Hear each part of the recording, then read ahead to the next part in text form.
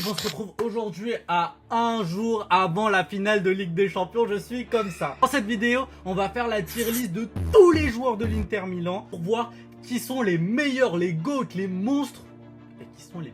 Vas-y, on n'a pas besoin d'eux. Ensemble, on va les classer en 5 catégories. Merguez, tranquille, bon, monstre et les jokers. Dans cette vidéo, il y aura aussi la question d'abonné dans ce timecode là. On va voir si tu t'y connais en football. Compterai sur toi dans les commentaires. Bien évidemment, cette tier list elle est faite pour que chaque supporter du Paris Saint-Germain et d'autres équipes sachent contre qui on doit se méfier. Parce que l'Inter, c'est une des meilleures équipes de cette saison avec le Paris Saint-Germain. Pour commencer la tier list, on va commencer avec un joueur qui est super fort au milieu. Il est âgé, mais il a le talent. Personnellement, j'ai pas de doute là-dessus. On va le mettre directement dans mon. Passons au bourreau du FC Barcelone. Parce que oui, si le FC Barcelone est éliminé en Champions League, c'est à cause de ce mec qui a marqué dans les derniers arrêts de jeu, Francesco Acerbi. Il est tatoué partout, il a enlevé son maillot et il a surtout éliminé le FC Barcelone. Mais c'est un joueur défensivement qui est pas extraordinaire non plus. Personnellement, je le mets en bon et généralement, il n'est pas à sa meilleure défense. Marcus Thuram. Alors, ce monsieur est extrêmement nul en équipe de France. À chaque fois, je me demande pourquoi Didier Deschamps il le prend. Mais à l'Inter Milan, j'ai regardé certains matchs à lui. Il sait se placer en tant que numéro 9 et il peut se placer en tant qu'un des meilleurs numéro 9 actuels. C'est-à-dire preneur des surfaces, marquer des buts. C'est pas un GOAT non plus parce que il n'est pas régulier, tout simplement. On le met pas dans Joker, mais on le met quand même dans Monstre. Passons maintenant à Jan Bissek. En fait, ce joueur, c'est plus un joueur de rotation, mais les joueurs de rotation sont très importants côté Inter Milan parce qu'il y en a énormément pendant les matchs. Après, faut pas oublier que c'est surtout un joueur de rotation. On va le mettre dans la catégorie tranquille parce que je pense pas qu'il est merguez.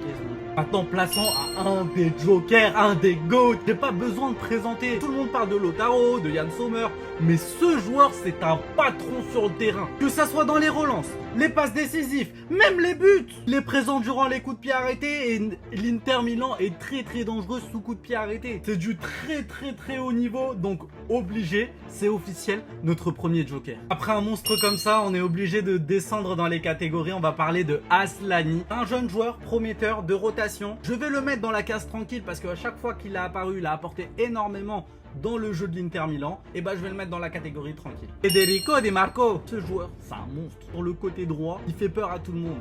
Coup de pied arrêté, but, patron sur le terrain, tout est présent pour nous faire peur. Di Marco, c'est mon top 3 des joueurs les plus dangereux de l'Inter Milan. Donc je le mets en joker. Et celui qui est pas content, je ne comprends pas, je ne t'y connais pas au football. Joaquin Correa, je l'ai mis dans la liste parce que c'est un joueur de l'Inter, mais il a été prêté, donc il jouera pas, donc merguez. Surtout qu'il a été prêté à l'Olympique de Marseille, donc tu connais le film de sa carrière. Maintenant, on va parler d'un Français, Benjamin Pavard.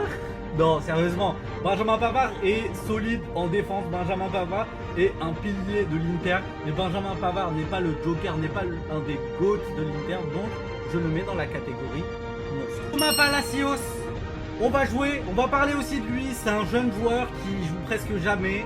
Donc, personnellement, je trouve quand même qu'il est un jeune joueur avec de l'espoir. Donc, on le met dans la catégorie tranquille. C'est pas une merguez parce qu'on ne sait pas quel est son niveau, on ne peut pas le mettre en tant que merguez. Comparé à Correa, où il va à Marseille, donc c'est vrai. Maintenant, on va parler de Bastoni. Niveau défense, c'est un pilier. Il a un QI défensif extraordinaire. Il arrive à récupérer des ballons très compliqués. Il peut faire très mal à l'attaque du Paris Saint-Germain. Donc c'est un GOAT, parce que en défense aussi il faut avoir des GOATs. Aujourd'hui on est obligé de parler de Bastoni, et Bastoni c'est un des joueurs les plus forts de l'Inter Milan. Direct en joker les gars, direct en joker, pas de débat. Après ça c'est Zielinski, il vient d'arriver tout juste à l'Inter. Il arrive à faire ses marques, il arrive à produire de bons matchs. Il vient tout juste d'arriver, donc on va pas le mettre en monstre, on va pas le mettre en joker, mais il est bon, donc on va le mettre dans la case bon. Et oui, maintenant j'ai peur. J'ai peur parce qu'on va parler de Yann Sommer. Yann Sommer qui s'entraîne avec des balles de tennis. Il l'a sorti, il est passé au level supérieur. Il joue avec des balles de tennis. Une chute illimitée. Ce mec, c'est un Stremon. Le match qu'il a sorti face au FC Barcelone, il a fait prier Yamal. Je parle pas.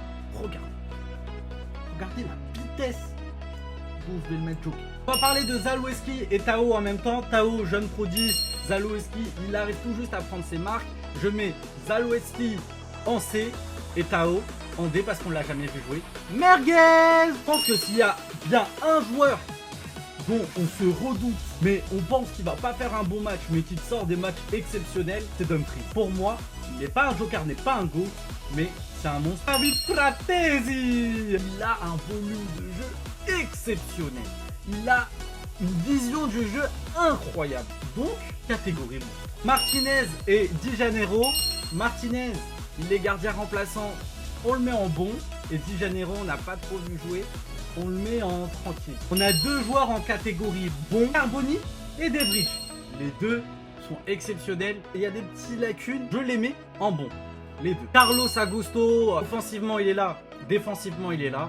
Il doit être dans le monstre. On a aussi des joueurs qui sont souvent blessés et décisifs. Regardez, ça me donne le sourire. Je parle d'Arnautovic, qui descend directement dans Merguez. Mathieu Derbien, qui est solide, qui est présent, qui sait gérer une équipe et qui peut faire très mal parce qu'il peut littéralement engueuler un joueur en mode tais-toi et replace-toi. C'est monstre, bravo. Rémi qui a déjà retrouvé les filets alors qu'il vient tout juste d'arriver, on le met en bon. J'ai gardé les deux meilleurs pour la fin, Barella et Lautaro Martinez.